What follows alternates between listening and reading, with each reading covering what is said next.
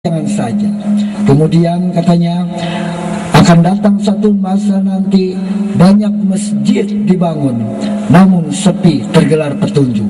Kemudian yang terakhir adalah para ulama yang berada di bawah kolong langit ini sudah sedemikian buruknya. Oleh karena itu janganlah kita terjebak pada kondisi seperti itu.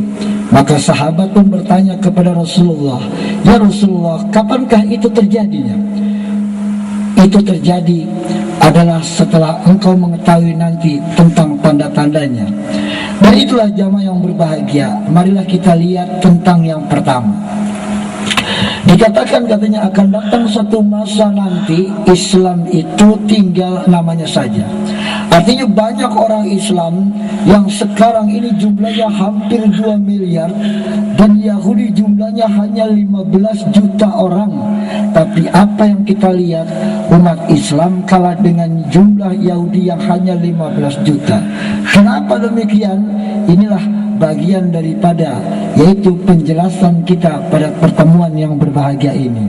Oleh karenanya kita akan melihat tentang dunia Islam saat ini. Islam bagaikan seperti burung yang berterbangan dari kesana dan kemari, bagaikan diombak kesana dan kemari, bagaikan buih di lautan. Oleh karenanya Islam banyak tapi tidak memiliki kualitas, tapi kuantitaslah yang menjadi sorotan saat ini.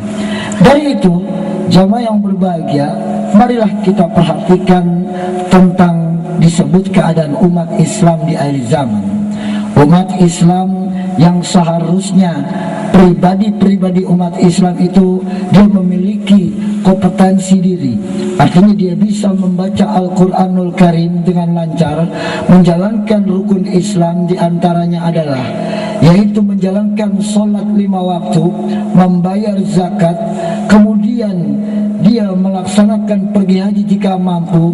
Dan ini kita lihat justru kebalikannya, belum mengikuti yaitu trik yang pertama, membaca Al-Quran belum lancar ataupun tidak bisa, membayar zakat pun kadang-kadang walaupun dia duit punya, tapi justru mendahulukan pergi ke tanah suci Mekah, dan ketika dia pulang dari Mekah hanya menggendol atau bergelar hanya haji saja.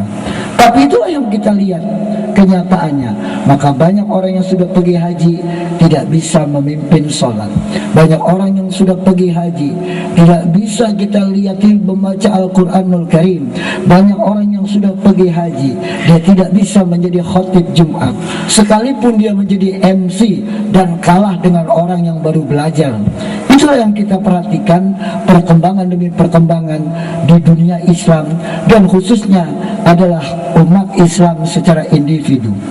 Dan itulah Allah pun berfirman, A'udzubillahi minasyaitonirrajim, ya ayyuhalladzina amanu qu anfusakum wa ahlikum nar.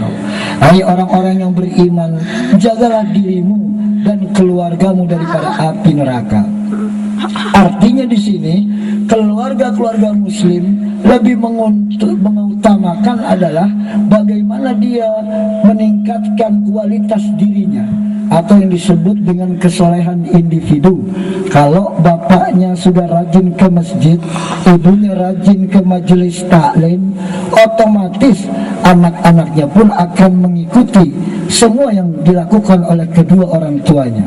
Makanya suri tauladan inilah yang paling penting. Setiap tahun kita memperingati Maulid Nabi besar Muhammad sallallahu alaihi wasallam. Laqad kana lakum fi Rasulillahi uswatun hasanah. Sesungguhnya telah ada katanya suri tauladan kepada diri Muhammad sallallahu alaihi wasallam. Tapi apa yang kita lihat justru perkembangan demi perkembangan umat Islam sebagian lebih mengidolakan artis daripada mengidolakan ulama. Itu kenyataannya. Maka setiap terjadi sesuatu hal yang justru menggelikan buat kita, terjadi persoalan-persoalan di tengah masyarakat yang seharusnya orang yang lebih pintar atau lebih memahami menjelaskan yaitu para ulama, tapi justru dia minta pendapat kepada orang-orang awam. apakah dia artis, apakah dia seorang musisi dan sebagainya, yang mungkin dia tidak begitu kental mempelajari Islam, tapi itu dijadikan referensi. Akibatnya kita lihat justru